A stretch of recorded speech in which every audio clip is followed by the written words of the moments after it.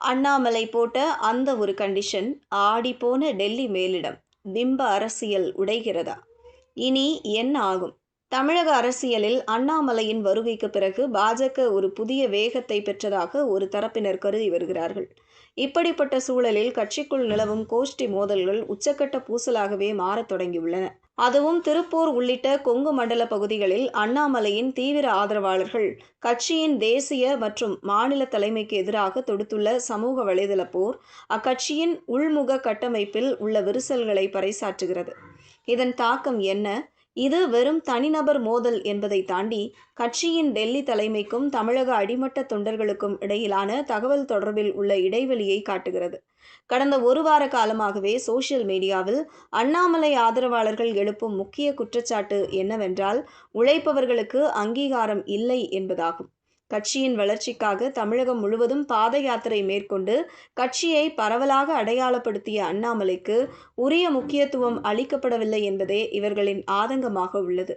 மாநிலங்களவை உறுப்பினர் பதவியோ அல்லது அவர் விரும்பும் தொகுதியோ வழங்கப்படாமல் இழுத்தடிக்கப்படுவது அண்ணாமலையை அரசியலில் இருந்தே ஓரம் கட்டும் திட்டமிட்ட சதி என்றும் இவர்கள் கருதுகிறார்களாம்.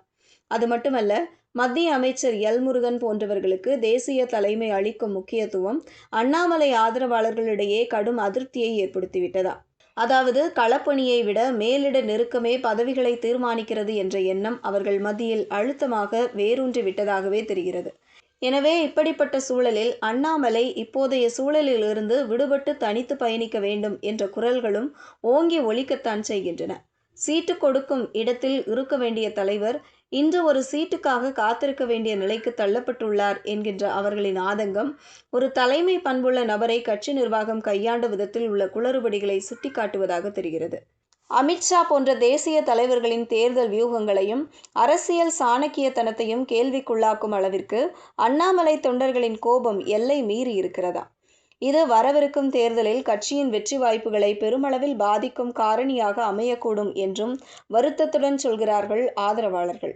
இது ஒருபுறம் இருந்தாலும் இந்த விவகாரத்தையே வேறு கோணத்திலும் நாம் அலச வேண்டியிருக்கிறது. ஒரு தேசிய கட்சி மாநில அளவில் வளரும்போது இத்தகைய அதிகார போட்டிகள் ஏற்படுவது இயல்புதான். ஆனாலும் அதுவே பொதுவெளியில் விமர்சனமாக மாறுவது கட்சியின் நற்பெயருக்கு களங்கம் விளைவிக்கும். அண்ணாமலையை போன்ற ஒரு தனிநபர் பிம்பத்தை முன்னிறுத்தி செயல்பட்ட கட்சி இப்போது அந்த பிம்பத்தாலேயே உள்வாங்கி சிதையும் அபாயத்தில் உள்ளது.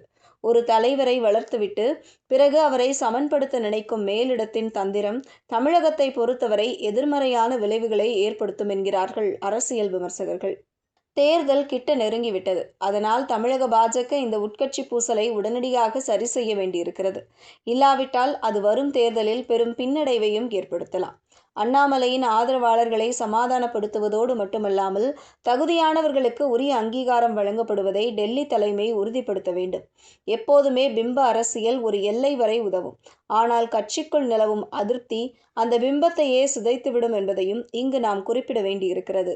என்ன நடக்கப் போகிறது? பொறுத்திருந்து பார்ப்போம்.